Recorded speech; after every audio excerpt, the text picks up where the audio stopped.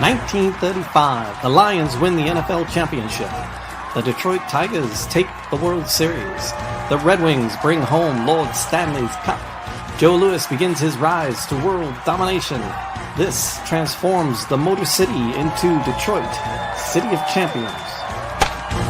There you go, crack of the bat, and we are off and running on the 90th anniversary of Champions Day. It is April 18th, 2026, and April 18th, it was 1936, they declared Detroit the City of Champions, and it's been celebrated in one way, shape, or form for the 90 years. There was quite a gap, though, and they paused, and Mayor Bing brought back Champions Day as a Detroit holiday. It was pretty exciting. I think that was 2006, I believe, is when Mayor Bing brought that back. But it was celebrated for a long time and then faded away. And Charles Avison found the little factoid and then started uncovering more and more and more, which turned into a trilogy of books. We're hoping Charles can join us. I sent him a link. He might pop in on the chat here. We don't know. But we are at the Detroit Historical Museum, which has so many of the interesting pieces and parts of Champions Day. The big plaque, we did a whole episode on the big plaque that's signed by the president and all 48 governors of the time, declaring Detroit City of Champions and declaring April 18th Champions Day. And there's just so many. This is a 100th anniversary for the Detroit Red Wings, and the Detroit Historical Museum has a gorgeous display set up for the Red Wings and celebrating them. They did one for the Lions about several months ago.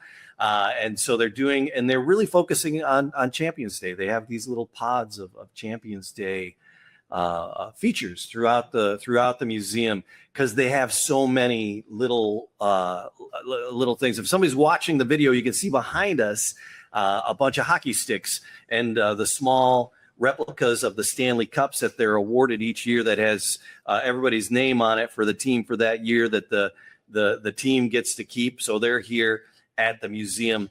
But the sticks behind us are all game used sticks in these Stanley Cup games. These are all these sticks are game used sticks in the Stanley Cups games. They're Sid Abel, Gordie Howe, Ted Lindsay, Alda Vecchio, Yzerman, and Lindstrom, Red Kelly. So all those sticks are here, and it's fun because they're all autographed. A bunch of them are autographed by every member of the team that year of the Stanley Cup winning team. So it's something to see if you want to come down to the Detroit Historical Museum and celebrate the Red Wings and the City of Champions. Lots to see. So since Charles isn't here, we got a whole panel of people. We got friends touring the museum, and Reed McAvoy is here, of course, Tom Urich. And then Bill Williams. Bill, your dad went to the game at 35, and we're going to get to you, but we're going to start with the young man first, because I'm excited that Reed is here. And Reed, you're excited about old sports. Dude, get a life. What are you doing? So I'm teasing. That's my job on the show, is to be mean and sarcastic. Sure. So say weird things. But anyway, so Reed, how did you discover City of Champions? Because I heard you talking a minute ago, and then you said you wanted to, because you heard it and you found out about Tom, and then you tried to find Tom. So tell me, how did you first hear about City of Champions? Well, I got to say, it's funny that I'm here. I don't feel like I belong here at all, but it is awesome to get to be a part of this and see all of this history. And something that I often do, because I do love to research old sports, is I fall down a Wikipedia rabbit hole. Okay, and somehow it's ended up with me catching a day-long train from Kansas City to Detroit to be here for this. Oh, good Lord.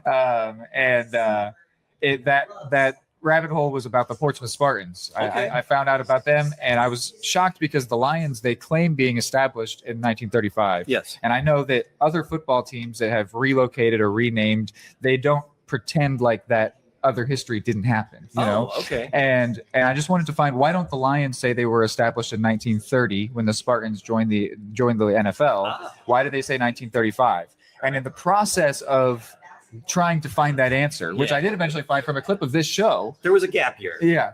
Yeah, I found from a clip of this show when Tom Urich was talking about that the team officially folded and sold its assets to G.A. Richards, who then relocated it. So it wasn't a clean move. Yeah. But before I got to that answer, I found out all of the ridiculous stories about the Spartans. There are many. Oh my! And that was simply I decided I needed to talk to Tom Urich to try and get more information. I found videos from this show.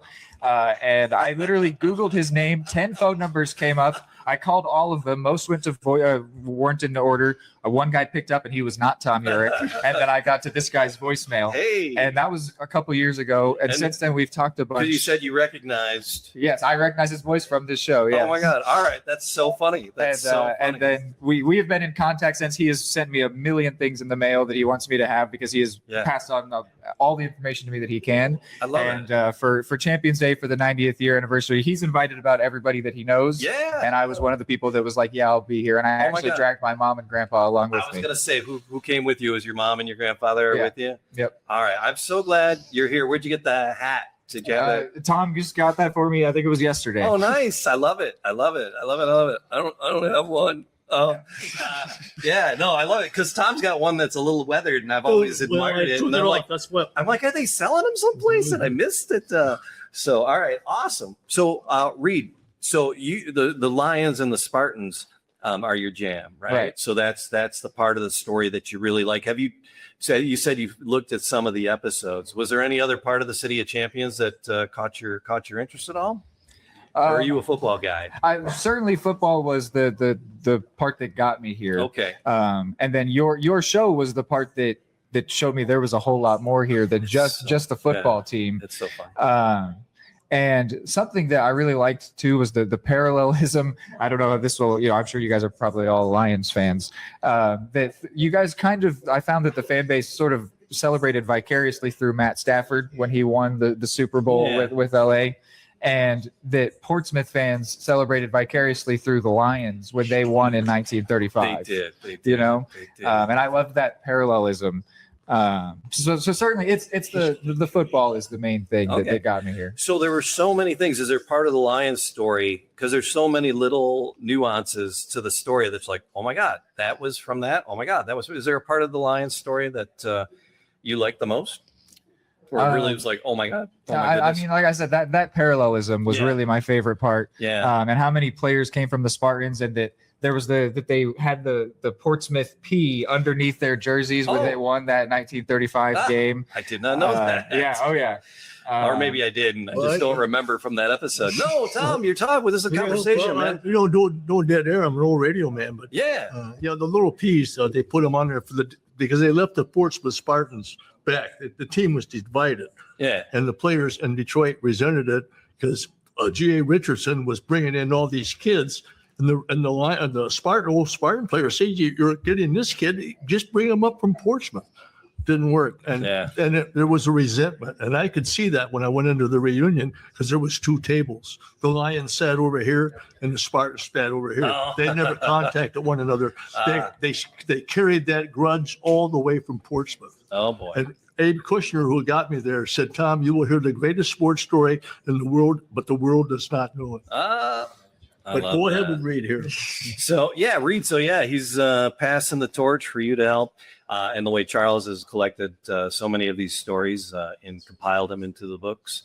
It's just, I appreciate you being here all the way in. Are you enjoying the museum? Is there something you've seen here that you've liked? Oh, the plaque. I didn't know about that. I guess I haven't managed to watch every episode. I got to get into it. We go into it. Yeah. But that was amazing because also the fact that it came out in 1936, it means they were on it immediately. This wasn't something where they were looking back and like, we got to document it. That was right away. They said, everyone in this entire country needs to know that we are the best around.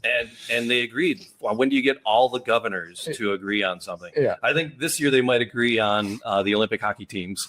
But besides that, I think it's been a dry spell in between those two. It's or the 85, the 84 hockey team too. But man, oh man, you got to listen to that episode because that changed hands a few times. That plaque, it was sold for $35 in a garage sale.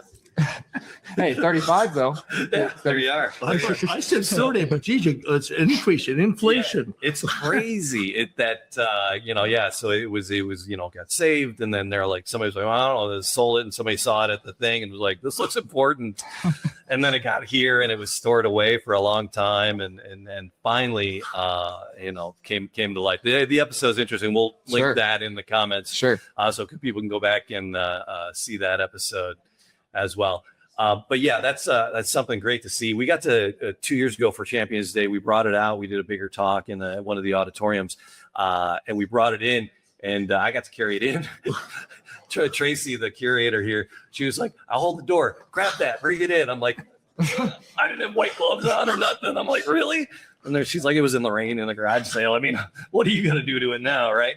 So I'm like, I'm trying to be like super careful. Don't bump the door. Don't bump the door. Don't bump the door. I'm carrying that thing. It's very, very cool. So so that's another thing I like about the Detroit Historical Museum.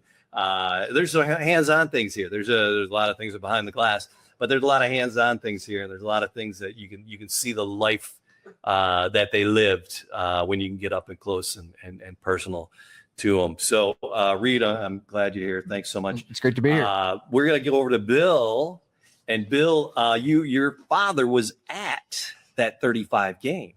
Correct. He was. So what kind of stories, are you a Lions fan? I have to be, because I'm from Detroit, right? Yeah. Where are you from, Bill? So I'm from Detroit. Okay, fair play. Right. So I'm a hockey guy. Sorry. Okay, right on. No, that's cool. I'm not a sports guy. I know nothing about sports. I have a sports podcast, which most people who have sports podcasts don't know anything about sports. But I admit it. I'm a fan of the city. I'm a fan of history. Charles is a dynamic, interesting guy. Between Tom and Charles, the energy these two guys have about this story is it's unbridled, and I love sitting back and watching them go. So I've grown to love the stories. So you're happy here in the Red Wings room. This has got to be. This is awesome. This isn't a permanent thing, right? So they'll change this out. So sadly, this is cool as heck. So it is. There's a lot of history. It's very, very impressive how they set this all up. Yeah.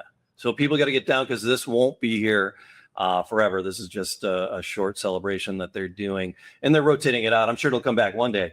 But yeah, they rotate it out, trying to keep history fresh, right? How do you keep history fresh? In a museum, it's like you got to change it up. So live in a museum. Get people in and see it.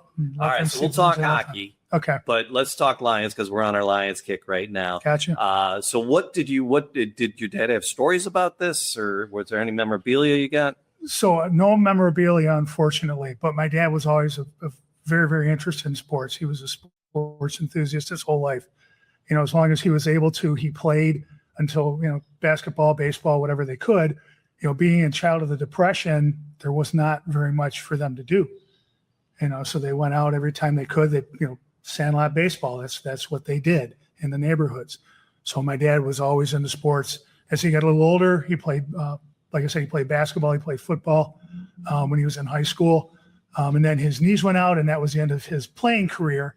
But anytime any Detroit sports team was on radio or TV, that's where he parked. Mm. And my dad served in Korea during the war, and that's something that kept them connected. They would always try to listen, through the Air Force radio. Oh, wow. Or Air Force Armed Services radio. Sorry. Yeah. For any sports games they could. And anytime a Detroit team was on there, my dad was ecstatic. Yeah.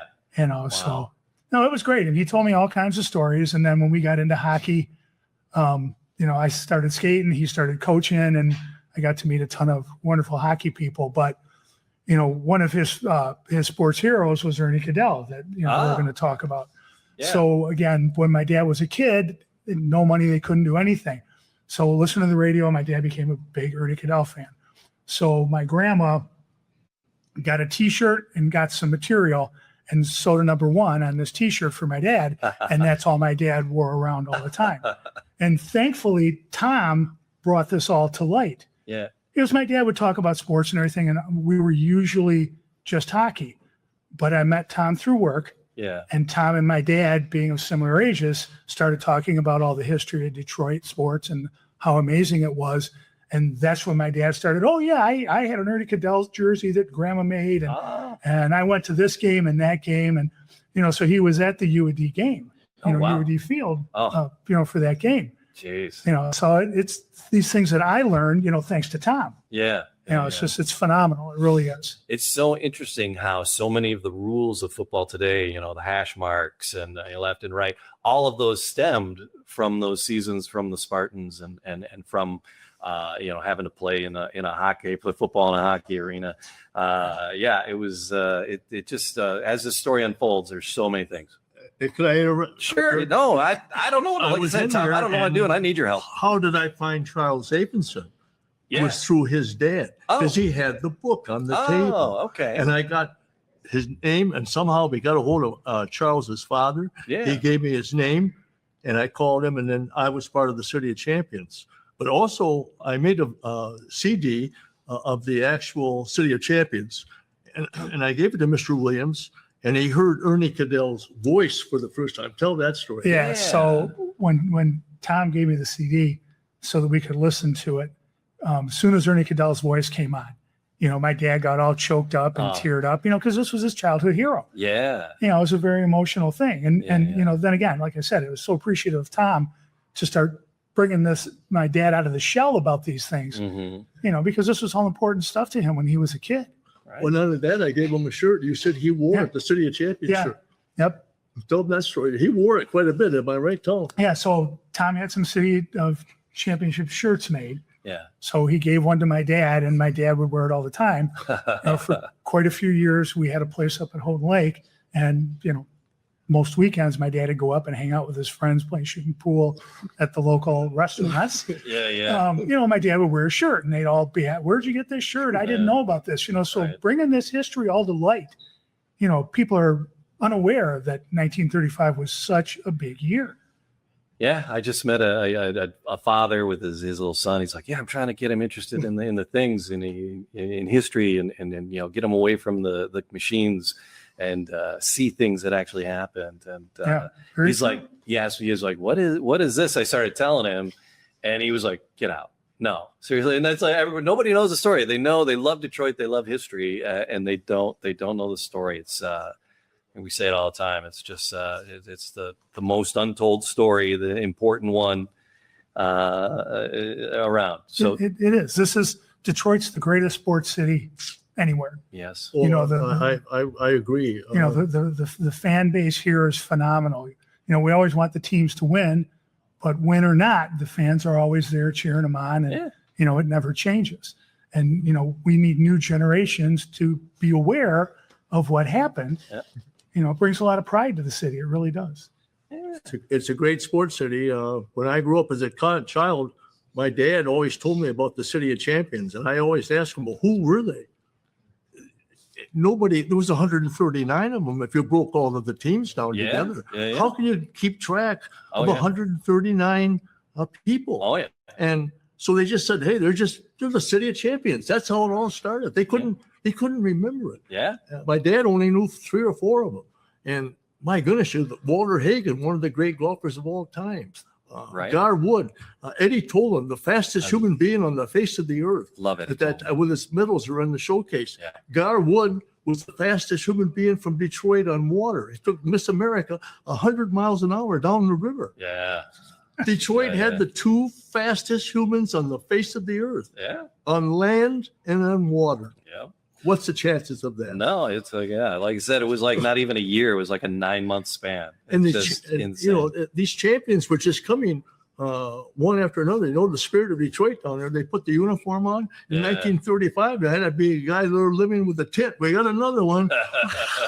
Right. Yeah. But the history in this town is I traveled Amtrak like coast to coast, telling the story of the City of Champions, and I wore a shirt. And it said 24 distinctions. And I never went. One time this guy stopped. I always had the newspaper of the articles that Ed Kushner gave me of the 40 of the champions. The guy said, hey, that's sure. What is that all about? I said, well, gosh, Detroit had a bad 35. They only won 24 world championships. The guy said, oh, come on, give me a break. That's unreal. I said, what's going on? I took the paper, read that. How in the world did they do that? Right. what was in the I said, water. we're the city of champions. They all work hard together. But when you mention that, a lot of people, we were traveling around the state, the city of champions and 35, it's lost. Right. And Reed here is going to carry this on because I'm 85 years old, you know, and I got to pass the torch on to him. But well, I'm glad you're excited about it, Reed. Did you see the replica of the Miss America over there? Yes. Boat? well, that was a boat that went 100 miles an hour. So the actual Miss America still exists. Okay. It's at the Packard Museum, because if you look at the little replica, the engines in there and say Packard, they're Packard engines. Yeah. And so the guy who bought it and refurbished it, I think there might be Chevy engines in it now, but he refurbished it, and he keeps it at the Packard Historical Museum. He'll take it out in the summer. Take it to shows and things. So that's the Miss America 10. So the Miss America 10, the one that won the Harmsworth the last time, is here. We did an episode, right, sitting in front of it. So we actually got to sit in it, and we set up a table right in front of it. So while we were talking, we were reaching back and touching the boat. It was great. But yeah, so we'll link that one in the notes too. So if you got time, it's up Van Dyke. It's the Packard Museum. There's if you're into cars and stuff too, it's a great thing to see the Packard Museum. Did you know that was up there? I did not. You lit up when I said that. You're like, that's it. It's interesting. Something to go see, but you want to call ahead to make sure it's there, because he takes it out and takes it to boat shows. I will absolutely go see it.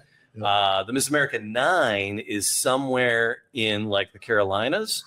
And when we did the episode on it, the people who have it, they were like, oh my God, no one ever tells this story. And they invited us down to because that one they still run in the water. The 10 is, they only do it show. I don't think he ever puts it in the water. The engines will fire up, but I don't think he actually puts it in the water. But the 9, they run it. It doesn't have as monstrous and as dangerous of engines as it did back in the day. But they will run it, and they're like, we'll take you for a ride. And Charles and I are like, oh my God, we got to make it down there. So that's on my bucket list, to go for a ride in the Miss America. It was the 8 or the 9. But yeah, that's it's so many pieces of this history are still alive. And then we just like to draw them together and draw people's attention to it. I saw Garwood go on one of the episodes. Charles asked me, did you ever meet Garwood? When I went down on the Detroit River, and when he was racing, there was 500,000 people on this side, and on the Canadian side, probably 100,000. Yeah, he was a legend of the world. Oh yeah, they were seeing a boat going 100 miles an hour. Yeah, and nothing went 100 miles an hour in that. It was amazing stuff. And every time we went down there, you could hardly park. We used to take the streetcar down to watch them. And then we go down to the river. The streetcar used to run down Michigan Avenue, and went to a lot of ball games going down on that streetcar to Tiger Stadium. By my day, it was Wrigley Field. Tiger Brake Stadium, and before that, it was Navin Field, and that's where all of the great. They played the championship game for the Tigers, and of course, UD Stadium is where Bill's father would have given it. And that was way. You got to remember, in '35, that was a long way from Detroit. That was a lot of gas money and the question to get out there. That's like a stopping for lunch and a field trip, and they claimed that in '35 that a lot of people didn't have radios. And they would go down to the Detroit News Building or the Free Press Building, because they used to fly all of the sports news into the Detroit River and drop the barrel. And everybody said, well, what did Detroit win now? Yeah. I was at the Ford Museum, or at the Henry Ford's Fairlane. And Henry Ford, during the Depression, he would not come out, because every time he went out, everybody needed a job, and he was a recluse. Yeah. But I knew the personal man from Dearborn, Isidore Strub, was a personal man that Mrs. Ford would call up. Isidore, we need to give him the grocery list and bring the paper, because Henry wants to know what's going on, because he's with the City of Champions. He loved Charlie Gehringer.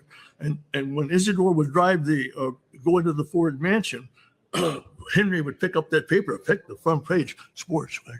Yeah. Where's the standings? Where's Detroit now? Yeah. Henry Ford himself. So he was wrapped up in it, and a lot of people don't know this. In the Great Depression, the St. Louis Browns were for sale, almost a dime on the dollar, and he wanted to buy it. All of a sudden, he got engrossed with the City of Champions at Ford Field. He wanted to build a stadium, but the baseball major league's ruling was you couldn't build a team another team within the Tigers of 50 miles. Well, he lost that. Yeah. Then he thought he would go out. This is interesting. He thought he would go out a little bit further because he had a soybean farm out in Ypsilanti. And he thought, I'll build a stadium there.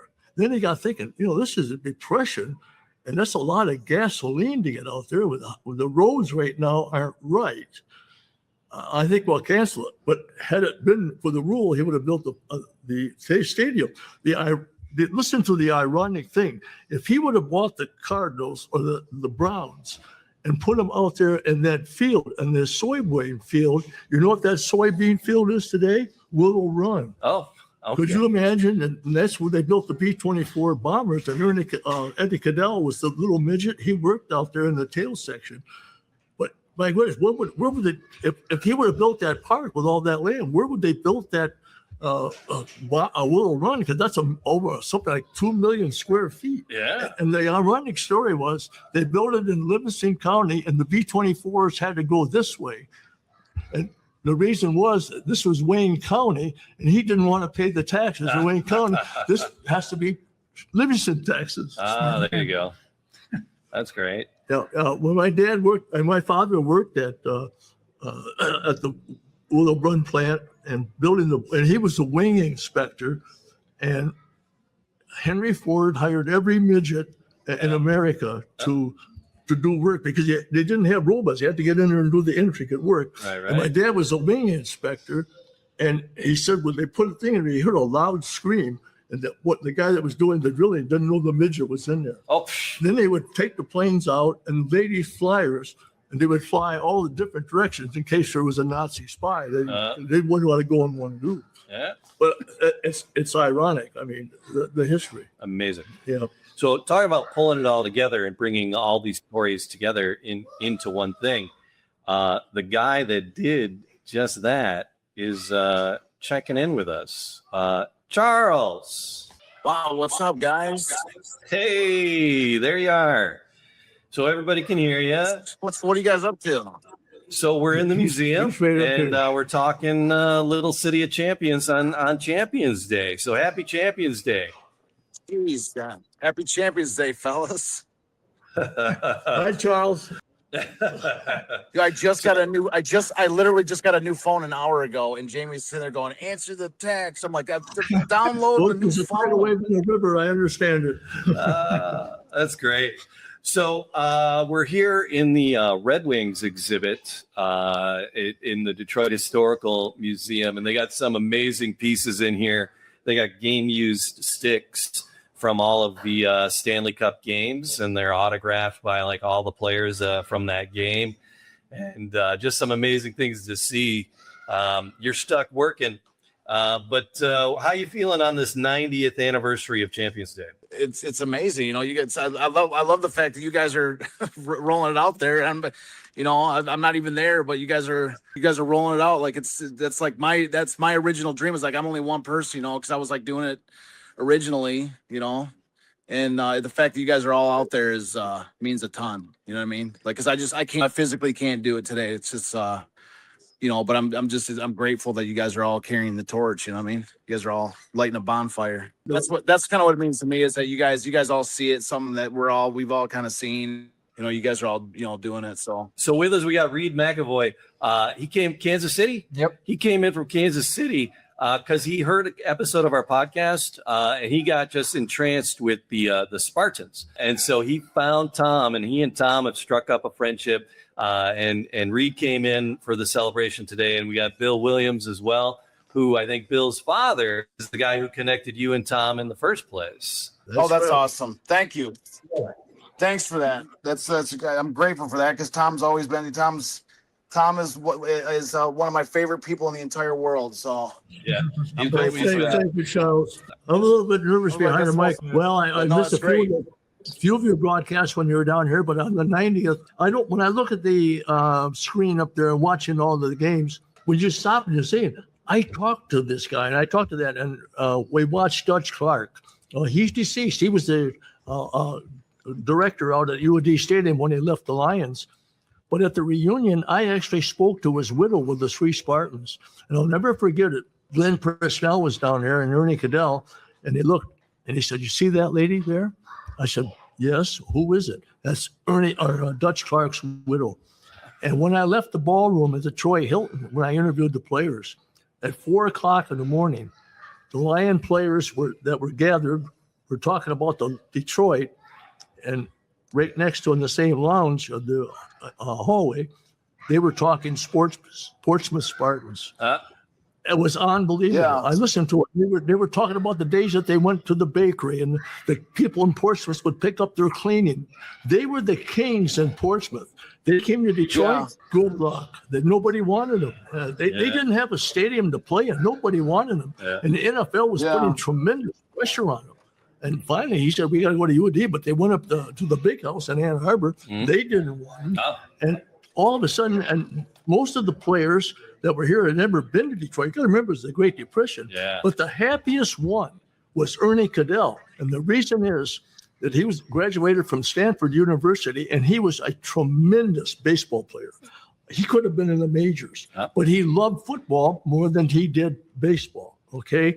When the Portsmouth Spartans were moved, they went to the room, they said they were making an announcement that Detroit has bought the Spartans, and all of the Spartan players were really happy. We're all going to Detroit to be a group. Of course, it was split up, but the happiest one when he got the word that they were going to Detroit was Ernie Cadell. And the reason is that when he grew up, he was born in 1910. When he was a little boy, his favorite baseball player was Ty Cobb. And he said, "If Ty Cobb can play in Detroit, I can too." Hey, there you go. In the 34 World Series, Ernie Cadell told me it was the happiest day of his life. He met Ty Cobb. That's great. So, Charles, are the books? Cobb was there. Yeah. Are the books available at the stores that you're at? No, not right now, unfortunately. Good talking to you, Charles. I'm glad he got in here. I'm glad his voice is Well, on the 90th You know, I sat 2 years. anniversary. You saw my little cassette tape that I made. Yeah, you know, yeah. That took me 2 years to put that together. Charles sat in that library or down in the Detroit Historic Library for 4 years. Oh, he yeah. said. 4 years to put that together. That's not easy. Not easy at all. And he did a wonderful job. So he pulled the book together, but you guys pulled something together pretty cool. You're both wearing them. I And, see you playing with your shirt there. I love this. It's tell me about the shirt, right? Well, that's a shirt. When I found out that it was going to be the 90th anniversary of the City of Champions, Yeah. I thought that instead of trying to tell them the story, which is on the back, by the way, Yeah. they must as well see the front. And you know what? If I would have worn that shirt many years ago, I would have saved a lot of breath because here they are and there's the story. Yeah. That's so you got the whole story on the back, the way you told it to somebody, and somebody designed this for you. They have all the guy that designed that shirt is sort of I don't know him. His name is John. Yeah. And we were there yesterday. And Scott runs the TV show. I started that project on the shirts in October. Yeah. And he's a recluse. This John that designed that shirt, according to Scott, he's a magician. He said, if you tell him the story, he'll draw it on a piece of paper. Oh, wow. Right on. And I said, well, here's a challenge for him. So I gave him the article of all the champions. Yeah. And if you look at that, a lot of that, if you look up on the internet with all of those players, he took it off the internet. Yeah. But how do you, this is probably the only shirt ever made that's got 24 different, here's the Stroh's bowling tape. I just looked up the Stroh's bowling tape. Yeah. Do you have any idea in 2 years how many 300 games they bowled? Take a guess. I don't think I can't even. I know. I can't Anybody even. got a guess? 300. Oh. 30. How about 30. How about 42? Oh, wow. 42. I thought 30 was Now, a ridiculous also number. over here is probably the greatest story of the lady fencer. Fencing, yeah. That's the greatest story. And she won that title in 35 Yeah. and it still stands to this day. Wow. Right on. All right, And Charles. there's a reason for that. Yeah. Because they don't have professional fencing. Charles is back. Charles, closing thoughts here as we wrap up with you. Awesome. No, I just wanted to say something about like the Spartans and kind of like all about this, the City of Champions, like as a whole kind of a thing, I guess. it kind of ties into the same concept is like for me when I first came across the story, it was like I just thought it was like a cool fact, Tigers, Lions, Red Wings first championship same season. But I think what ultimately is that really sucked me into a different world, and once you get there and start looking around, you just start seeing all kinds of just all kinds of stuff that you just never did about. People, just because like time, we kind of look at ourselves in a modern day world as that we're like advanced and somehow like evolved from people in the past. And I just totally reject that concept.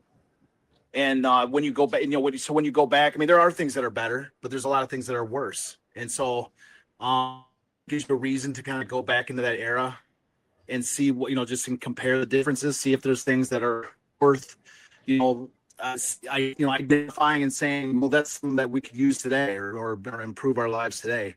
And as relates, that's the reason I'm even thinking about it right now is because of the idea with the Spartans, which was one of my favorite aspects of the Spartans. And again, it kind of applies to the rest of the story is the idea of like the community spirit, the civic nature of like the idea that they like when you dive into the history of the Spartans, it was they didn't start out as like some NFL team. They started off as just a town club that was able like the actual big titans in the region was Ironton. The Ironton Tanks were an absolute superpower in that era, but before they were all sort of semi-pro. They would pay, whatever. But Ironton was was a dynasty. They had like a whole high school development thing where the high school kids would go on to play for the Ironton Tanks, and so they just were like this like dynasty. And it was interesting because Portsmouth was like, well, we're the county seat, we're the big dogs, not them. And so there was like this rivalry. There was like this whole thing for like a decade where Portsmouth was just getting abused and beat up and handed their asses by Ironton. But they were like the benchmark for which they had to clear, that was like, they had like this, and it was like a civic thing. Like the city was like getting totally involved. The fans were all showing up to games and they had like more people and more, they had the ability to kind of like draw more revenue. So they could actually build a team that could, that they use their advantages. Like in that little world, they were the dominant financial power to kind of rise up and eventually beat Ironton. And once they beat Ironton, they started hosting, actual NFL teams into the zone, into their area. And they were then in order to compete with those NFL teams, actually like pay players from Ironton, like join their squad, like Glenn Presnell and stuff like that, which like turned this team into like where they were started beating like the Giants and the Bears and stuff like this before the Spartans were even in the NFL. And then of course, they had that kind of capability to compete at that level. That's when the NFL brought them in. So I love the story of the Spartans. It's really kind of like a classic, like sort of Americana story, because a lot of baseball teams were like that too, where they started off as just like amateurs and evolved, and I love that. That's that era where they were tied, where they were really entrenched with the local community. And that's like kind of how the teams like were built. Like they were built because like fans were really engaged and helping to like, they wanted to see bigger teams play against them. They wanted to join, more prestigious leagues, and stuff like that. That to me is like the evolution of sports across that's like an example of like a microcosm of like the whole history of American sport really is that concept. And so I just think, it kind of applies. That team's been gone from that city for 90 years. And they're still revered in that town, because we had Tom and you and I went down there and experienced it. I also got to go. That was great. That was just like such an event. That's what I'm saying is that it's never gone. It's never disappeared. Yeah. That's a beloved team. The way I saw too, they're still anchored into that city, and it's an example of that just shows you just how, especially in their day, they were beloved by that city.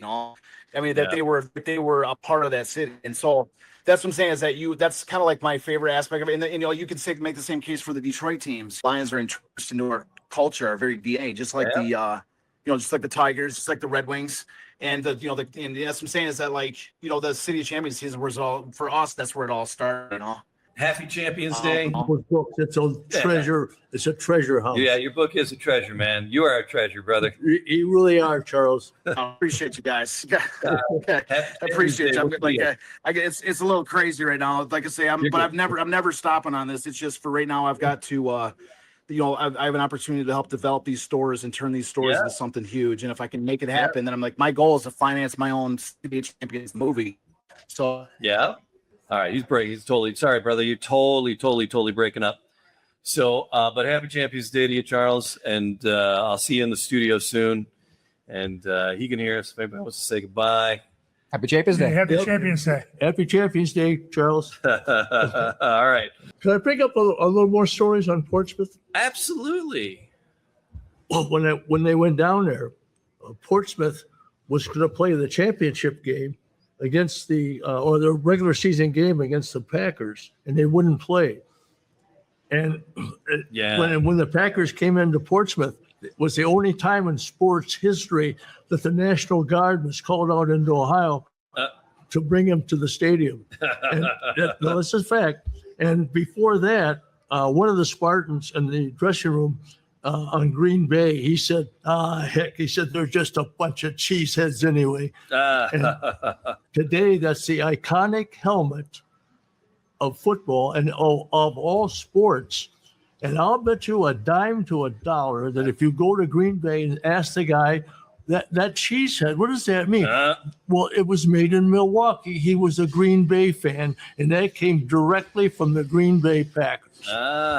And they do it to this day. The Green Bay Packers do not have any use for the Portsmouth Spartans. Oh, yeah. No. On my records, I made a long call, and all of a sudden my phone went dead. They're not welcome.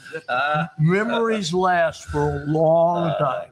Cheeseheads and the military, am I right on this? That they had to take the bus to get him in the field, right, Ray? Yeah, right. I'm a little nervous, and this is quite a story. But I recommend that when you go to Portsmouth, you go down and see the mural wall, see the stadium. But I had never known where Portsmouth was. I didn't know where one person in Portsmouth. This is a cute story. So when you go to a city, you call the Chamber of Commerce. Yeah. Oh, okay. That's where I'll start. So I called up, yes, calling from Detroit on the City of Champions, Portsmouth, the Spartans. You got the wrong number. They play in Lansing. I said, no, the Portsmouth Spartans. Oh, I'm gonna get you to Bob Morton. I don't know anything about sports, but he's the mural. She gives me his number, and I call him up. He said he never heard of Portsmouth, the City of Champions. I told him they won 24 world titles. He said, I've been in sports all my life. He said, I've never heard of any nonsense like this. I said, could I bring the story to Portsmouth? You've got to know. Yeah, he said, bring that nonsense. I was in Naples, Florida. I went up there, and I worked at the AAA. He's deceased now, but went to the AAA office, and he put me up in his senior home. And so I brought all my material. And I'll never forget this. He's reading Charles' book. Yeah. And he was going through all. He said, I'm a baseball. Oh, there's Gehringer. And then he got to the football section, and it was all Portsmouth. All of a sudden, he started to shake. I thought he was having a heart attack. He said, I've never seen anything like this. He runs over to the phone, and I thought he was going to call 911. He was having a heart attack. He called the Rotary Club. Stop everything. Tom, can you stay in Portsmouth for another 3 or 4 days? Sure. I want you to be the guest speaker. And when I was announced, the press was there. The people were, the cars were bumping up. Portsmouth did not know that they were the City of Champions. They had no idea. And all of a sudden, now they just dedicated a stadium to revamp it. Yeah. And they're going to have their first game in 2008 or 28. And it's going to be terrific. And also, you got to remember Portsmouth. Branch Rickey was born there too. Mm-hmm. And look so that the NFL, the Portsmouth put a tidal wave through the NFL headquarters. 7 or 8 years later, Branch Rickey did the same thing. Yeah. And nobody in America knows where Portsmouth is. Right. They will as time comes by. Just a sidebar on Portsmouth. Yeah, yeah. Did you enjoy your time in Portsmouth? Oh, it was amazing. We got Yeah. to see. We went on the stadium, Municipal Stadium, Yeah, which is in the exact same condition that it was when it was used, Right. and it was fantastic. It's And like stepping into history. it was, we walked down like just the streets of Portsmouth, and you feel the history. It's different than any place that's been renovated to a point of like Detroit, like Kansas City, where these cities have continued to be big. Yeah. Portsmouth was once big and isn't as much anymore, Yeah. and so you could just feel like when you walk down the streets, you could just it's so different. Yeah. But what he said too is true. Shawnee State, the college there, is going to renovate that field, and they're going to start using that again. Which is both sad and cool. It's Yeah. sad because what a piece of history right there. That's Yeah. going to be, it's going to be different. But it is amazing that field's going to be used Hopefully again. do a nice job with it like they did. We have a Ironton? stadium. Well, no, we have a stadium here in Hamtramck. And there next to it is the baseball diamonds where the Detroit Stars, the Negro League, was here. And they totally redid both of those, but they kept Jack White from the White Stripes, put a lot of money into revamping that Okay. baseball field. And they kept it true to the history. So it was nice. So it's not like new. There's a lot of the history still intact. So hopefully they do. I'm sure they will, because they adore their history there in Portsmouth. So Bill, Sure. talk to me about Red Wings, right? What got you into the Red Wings? So We're here in the Red Wings.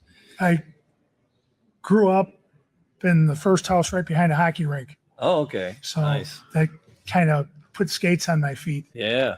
So when I was a kid, the Red Wings used to practice there every couple weeks. Oh, geez. So when I got old enough to really understand what hockey was, Yeah. I'd go over to the rink every time that they were practicing, and like people would love to do now, to stand out there and wait for the players to come out and Yeah. try to get autographs. Yeah.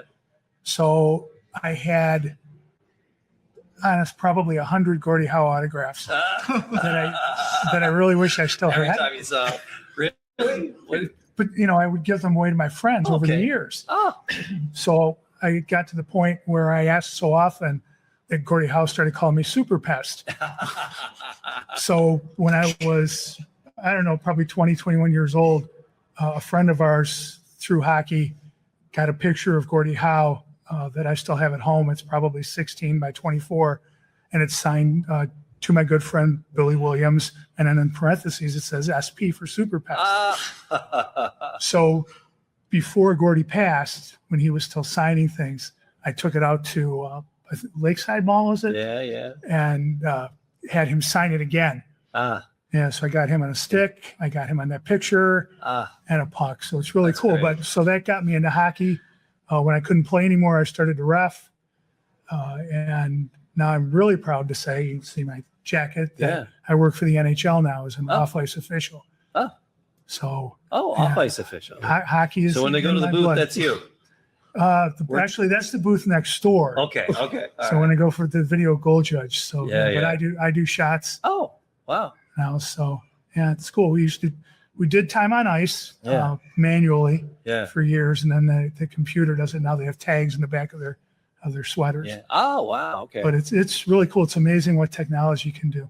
Yeah. But yeah, it's the proudest thing. I really wish like Tom and I have talked, that my dad was still alive. Yeah. As much as he was into hockey and into Detroit sports, if he could have seen me, work for the NHL, Yeah. that would have made his day, right? Oh, yeah. That's amazing. That is amazing. That's a fun. Gordie Howe's, and let's go to the 50s. The Red Wings and the Lions. When I was a kid, I used to go to the Break Stadium. We catch the bus to get over to Olympia. We would see the world champion Lions, Yeah. and we'd buzz over and see the world champion, the Stanley Cup champions. And so- Jeez. Good times. and it's terrific. And, in my lifetime, I knew Joe Louis very, very well. Joe Louis, when I was 8 years old at Olympia, it was Jack Dempsey. I just made a shirt. I'll show it to you. He signed it. He couldn't read or write, and it's all in circles. It's probably the only program in the world. Yeah. I've never seen another one.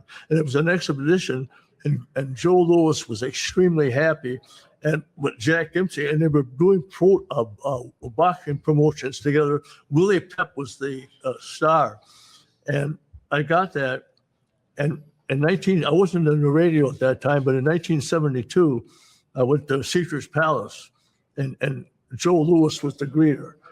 And I looked at Mr. Lewis and I said, when I was 8 years old, you signed my program with Jack Dempsey. Joe Louis' eyes got this big. I would go over, he says, stay here at the Caesar's Palace. I get off at 5 o'clock. I want to talk to you. And I mean, I'm not a gambler, but it's the first time I'd ever been into a casino. I'm putting my quarter in. Joel says, got another story for you. We're going to have a ball. And believe it or not, he liked me so much that he gave me he died in Vegas. He gave me his telephone number. Just before he died, I talked to him. I said, Joe, hang in there. But anyway, it's unbelievable. He is when I interviewed I knew Charlie Gehringer all my life. And when Joe Louis, when I interviewed Charlie Gehringer on the tape, he said, Tom, do you know who Joe Louis is the great of the greats? That means all the greats have got to look up. Yeah. Out of this town. Yeah. And believe it or not, in 49, when I got, I'm 85, but when he got the autograph, it was all in circles. And he was a boxing promoter, and the paparazzi at the Detroit Times spotted him. And he was just a kid. And all of a sudden, the kid comes up to him with an autograph, and Joe Louis didn't know what to do. And he backed up, and he backed up, and he backed up, because a professional fighter, if you hit somebody, you're away. Now, if you and I get into it, we'll solve. But he's trained to kill. Sure. So he backs up, and he turned his face to the wall. And Wadden Spolster for the Detroit Times is following this. Joe, what's the problem? This kid asked me for an autograph. I can't read or write. I don't know what to do. He says, we're going to solve this problem. This is coming out of Joe Louis's mouth. Yeah. He said, I'm going to go. He said, are you going to be at Brewster where he trained? I said, I'll be there tomorrow. He made a script, all in circles. And he took it there, and Joe Louis said, no, you put your pencil in there, go around and around and around. That's your autograph. There you go. That's your autograph. You will never have this problem again. The fans are watching you. Yeah. Then he married again, and he married Martha White, who was the first African-American attorney in California. Oh. And in her life, she taught Joe Louis how to read and write. So there's discrepancy of the original Joe Louis's autograph. Yeah. And because I remember we were working with Joe Louis Bourbon for a while, and on the original, because he had a brand in the 50s. And he had a signature on the label. Yep. But yeah, I remember that story that the original signature was just, he couldn't read it. He didn't know what to do. And if he would have hit that guy, that kid, he could go to prison. Yeah. What song was Joe? And we lost track of the key. Just to get an autograph, but right? I've been so fortunate. I mean, especially when I interviewed the Lions and the Portsmouth Spartans. Yeah. I was a radio man at that time, and I was going over there and listening to the Lions. They're talking about Detroit. I go 5 feet away. They're talking about Portsmouth. Yeah. What do I do? I sat with Portsmouth. I would have sat with Portsmouth too. and they made me an automatic. So I went home. They made me an automatic Spartan player. I'd never been there. And then I had to go down there. I'll never forget. I asked Ox Emerson, where? Well, let me go back to the story. In 1957, I met George Hallis. He was staying at the Dearborn Inn. It was the Thanksgiving game. They were playing the Bears. And my buddy from high school called Tom. George Hallis was in town. Maybe you can catch him. I ran over there. He was just getting in the car. And I said, Mr. Hallis, who's the greatest quarterback you ever saw? Dutch Clark, Portsmouth. There was no computer in 59. So, it must have been a pretty good quarterback. We had a furniture store, and one of our customers married a Pittsburgh Steeler. And he called me up and he said, Tom, would you like to go down to see the exhibition game? And it was a sad exhibition game because that's the first time I saw Bobby Lane in a Pittsburgh Steeler uniform. That's an exhibition game. So he was staying at the Book Cadillac, and I met all the Steelers. So anyway, Bobby, I came down the elevator. We're going to the game, and Bobby Lane came across. He was out all night, and when he was in Detroit, he was gone. And this is his hometown. But anyway, and Alex Smale played with him, and he recognized him. King, are you coming to the game? And we said yes. So we go to the game with Alex. He leaves his chair, and he goes up in the old Tiger Stadium up to the top. And he said, I think he's here, but I'm not sure. I think he's here. Who? Well, he's gone. He comes back. He's here. So I go up there. The first time I ever sat in the press box of old Tiger Stadium. At that time, it was Big Stadium. He said, sit down to this guy. I said, who is he? He said, it's Art Rooney, the president, owner of the Pittsburgh Steelers. Holy mackerel. Art, Mr. Rooney, who's the greatest quarterback you ever saw in your life? And this is exactly what he said. Portsmouth, Detroit, Dutch Clark. They always mention Portsmouth first. And then in 1985, what is the chances of learning about Dutch Clark, and sitting down with the actual players that played with him? Well, and I'll think of that. I'll jump in here with what's the something, chances of Jamie. that? This was something I just looked up. You guys might have discussed this at some point, but to tie in between Portsmouth and then the City of Champions. So 1935, they took it was the Giants and the Lions that played because they were the two best in the East and the West. And there were no championship games before Portsmouth had that tiebreaker in 1932 with the Bears. Right. And it had a big fanfare. And so the league was like, hey, we want this every year. We want divisions. And I just looked up the 1935 standings, and the West, which the Lions were in, the West was really tight. Yeah. Funny, by the way, that the Lions were in the West, but it was very East Coast centric. But it was Lions, Packers, Bears, and then the Chicago Cardinals. The Lions finished 7-3-2. The Packers finished 8-4. The Bears were 6-4-2, and the Cardinals were 6-4-2. So Tight. very, very tight there. And the Lions getting into the championship game with 2 ties over the 8-win Packers over the 7-win Lions is a classic, because the Spartans and Packers and Lions and Packers had those ties were causing problems back then. Yeah. But without that, they wouldn't have. The Giants would have been declared champions. They ended the year 9-3. Oh. And so if it had just been the regular standings, the Lions wouldn't have been in that championship game. And so there's another tie-in from Portsmouth. Sort of created the idea of that championship game as that tiebreaker, and that's how the Lions got in the championship game, beat the Giants, and are the 35 champions. See, and one ironic about when I moved up to Detroit. The first game played in UD Stadium in Detroit history was against the New York Giants. Okay. Who was their very first championship that they won in 1935? Giants. The New York Giants. There you are. That's ironic, is it not? Yeah. Yep. It's pretty amazing. So it's just so many great stories. It's endless. Yeah. I love the museums open. People are just rolling through and checking things out. And because the behind us are like we said earlier, are the game used sticks that are autographed by the whole team. And they have footage and pictures too from the championships against the Cubs and the Giants out there. Oh, yeah. Watching that, and Bill here watching that 35 game. Your dad was in that. I said, there he is. It's definitely somewhere in the stands. Definitely in the case over there. There's replica things, but the one thing that's real is the Stanley Cup championship medal. The medal in there is from 35, and each player got a championship medal, and that's an actual one from 1935. The other things in there are for the replicas of things, but just the Sawchuk replica mask is interesting to see. There's a picture of him with his face all tore up. It's Terry took some bucks to the face, that's for sure, man. It's amazing when you think about how long the goalies played before they put masks on. Yeah. I just can't imagine. Nuts. Well, Terry Sawchuk. Yeah. And Jacques Plant was the first one to put the mask on. Yeah. I saw that when they came to Detroit. And I watched Sawchuk all those years. No mask, nothing. I mean, it was unbelievable what that guy did. Yeah. And he was tall, but he could bend down. He could see actually between their skates. That's how he was. That's why he was a great goaltender. Yeah. So, could I make it?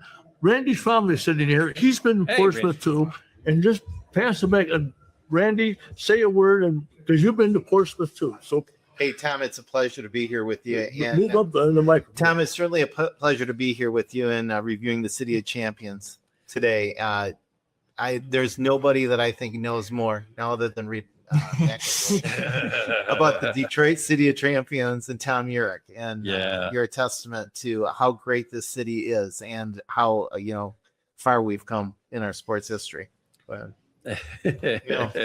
Well, Yeah. the one that really started out and who I really felt sorry for was Ty Cobb. Yeah. He was in Yeah. 3 World Series, 7, 8, and 9. Yeah. And I went to Boston, Georgia to see where he was actually born.